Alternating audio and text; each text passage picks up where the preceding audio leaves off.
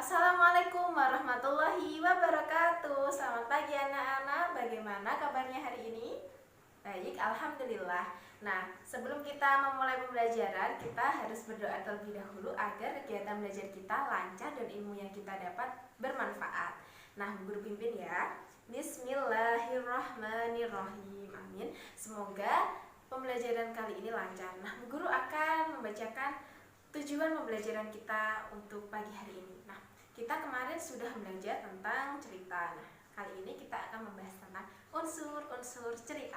Nah, tujuan pembelajaran kita pada pagi hari ini yang pertama adalah setelah membaca teks cerita Semut dan Belalang, siswa mampu memahami unsur cerita. Nah, yang kedua, setelah membaca teks cerita Semut dan Belalang, siswa mampu memahami makna yang terkandung dalam teks cerita. Nah, pembelajaran akan kita lakukan dengan menyenangkan. Ayo kita laksanakan.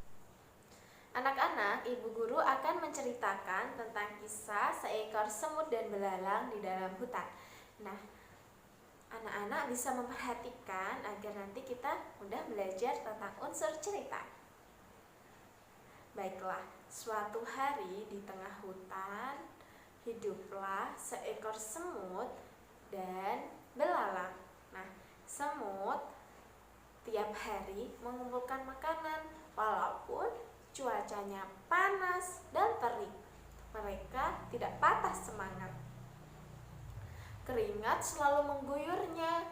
Mereka selalu terlelah-lelah saat mengumpulkan makanan. Mereka menyimpannya ke lumbung rumahnya agar makanannya aman. Nah, suatu hari si semut membawa makanan dan melewati rumah belalang. Nah, belalang ini sedang bermain gitar dan memakan makanan kesukaannya. Belalang menegur si semut yang lewat di depan rumahnya. Belalang bertanya, "Semut, mengapa kamu mengumpulkan makanan banyak sekali?" Dan si semut pun menjawab, "Iya belalang, kami mengumpulkan makanan untuk persediaan musim dingin." Nah, si belalang pun tertawa mendengarnya dan ia pun menjawab, "Hahaha, ngapain kamu mengumpulkan makanan untuk musim dingin? Musim dingin kan masih lama, lebih baik kita menikmati aja makanan di sekitar kita yang banyak ini." Nah, tapi semut tidak menghiraukan tuh ejekan si belalang dan semut berjalan lagi ke lumbung rumahnya untuk mengumpulkan makanan. Nah, setelah itu si semut aman di dalam rumahnya menikmati makanan yang mereka kumpulkan, dan ternyata di luar sudah ada badai, sudah ada hujan, dan cuaca sudah sangat buruk. Musim dingin ternyata sudah datang, dan parahnya lagi musim dingin terjadi bukan cuma sebentar, tetapi waktunya lama sekali, 2 kali lipat lebih lama daripada sebelumnya. Bagaimana nasib si belalang ya? Dan si belalang akhirnya pun kelaparan karena dia bermalas-malasan tidak menyimpan makanan sama sekali. Kasihan ya, dan si semut pun menikmati makanan yang sudah mereka kumpulkan. Nah, dari situ si belalang sudah sangat lemas, lesu, dan tidak berdaya karena dia sudah tidak punya makanan dan dia hampir mati, teman-teman. Akhirnya si semut datang menghampiri si belalang. Belalang terkejut di keadaannya yang sangat buruk. Si semut mau datang dan membantu si belalang. Sungguh baik hati sekali kawanan semut ini. Nah, setelah itu semut memberikan makanannya kepada belalang. Nah, belalang pun mengucapkan banyak sekali terima kasih kepada si semut karena dia mau membagi sedikit makanannya untuk si belalang sehingga belalang selamat dan tidak jadi mati. Nah, setelah kita mendengarkan dan memahami tentang cerita semut dan belalang, kita mampu memahami unsur intrinsik yang terkandung di dalam teks tersebut loh anak-anak. Nah, yang pertama kita memahami tentang tema.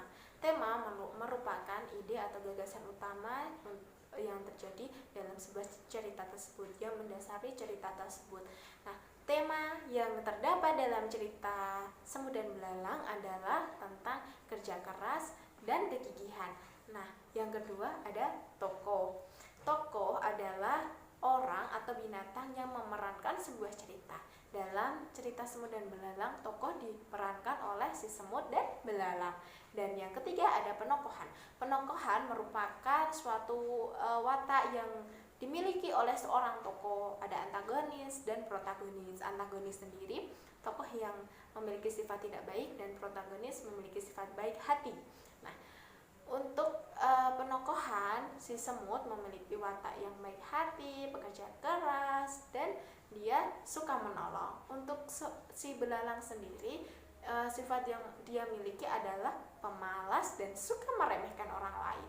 Nah, yang keempat ada latar sendiri. Ada 3 jenis. Yang pertama ada latar waktu, yang kedua ada latar tempat, ketiga ada latar suasana.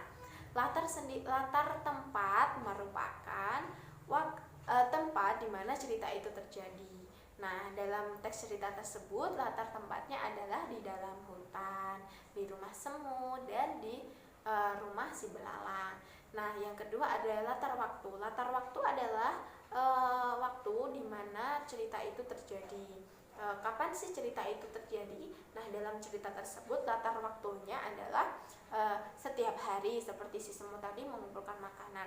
Nah, di musim panas. Nah, ada juga di musim dingin. Nah, yang ketiga ada latar suasana. Suasana itu menggambarkan bagaimana sih keadaannya pada cerita tersebut, apakah menegangkan, menyenangkan, dan sebagainya. Nah, latar suasana yang terdapat dalam cerita Semut dan Belalang adalah menegangkan. Ketika tadi ya musim dingin datang, semua tegang sekali, dan si belalang pun hampir mati. Nah, yang terakhir ada alur. Alur ini ada 5 tahapan. Yang pertama ada pengenalan, yang kedua ada pengenalan masalah, yang ketiga ada klimaks, yang keempat anti klimaks, dan kelima penyelesaian. Nah, pengenalan sendiri tadi terdapat di awal paragraf. Pengenalan ada suatu hari ada hiduplah seekor semut, ada belalang di dalam hutan. Nah, yang kedua adalah pengenalan masalah. Pengenalan masalah ini terjadi saat si semut itu menghampiri belalang. Nah, si belalang kan merendahkan semut dan menyepelekan semut. Ngapain kamu mengumpulkan makanan? Musim dingin kan masih lama. Dan yang ketiga ada klimaks. Klimaks ini terjadi saat belalang hampir mati, teman-teman. Belalang nggak mengumpulkan makanan dan hampir mati. Di situ masalah mulai terjadi. Nah, yang keempat ada anti klimaks. Anti klimaks ini masalah hampir terselesaikan. Di sini semut datang menghampiri belalang, membawakan makanan, menyelamatkan hidup belalang. Dan yang kelima ada penyelesaian. Penyelesaian sendiri terjadi saat si belalang mau untuk bekerja keras, tidak malas-malasan lagi mengumpulkan makanan untuk musim dingin selanjutnya. Nah, karena kelima alur tersebut dapat berjalan runtut, maka alur yang terdapat dalam cerita tersebut adalah alur maju. Nah, jika alurnya mundur, maka tidak terjadi pengenalan terlebih dahulu, tapi bisa terjadi langsung di klimaksnya, anti klimaksnya dulu. Begitu, teman-teman. Nah, alur cerita, unsur cerita sudah kita pahami semuanya. Teman-teman bisa mengerti bagaimana sebuah cerita ini dibangun dengan unsur intrinsik. Makna yang terkandung dalam cerita tersebut, ada yang bisa tahu, ada yang tahu? Silahkan tunjuk tangan. Bu Guru akan menjelaskan maknanya. Makna dari cerita tersebut adalah agar kita itu menjadi seseorang selalu bekerja keras, selalu yakin bahwa Tuhan itu baik, dan kita tidak boleh menyerah. Kita tidak boleh meremehkan orang lain, meremehkan sesama, dan sebagainya. Kita harus selalu bersifat baik, suka menolong, dan jangan lupa kita bersyukur. Terima kasih, pembelajaran hari ini telah selesai. Silahkan teman-teman mengerjakan latihan pembelajaran di halaman 15. Nah, Setelah teman-teman mengerjakannya, silakan dikumpulkan dan Bu Guru akan menilai. Alhamdulillahirrabbilalamin, pembelajaran kita pada hari ini sudah selesai. Semoga ilmu yang kita dapatkan bermanfaat untuk kita semua. Nah, bagaimana hari ini pelajarannya? Menyenangkan? Menyenangkan sekali. Nah, kita tutup dengan berdoa terlebih dahulu ya anak-anak. Mari Ibu Guru pimpin. Alhamdulillahirrabbilalamin. Alhamdulillah, saatnya kita pulang ke rumah.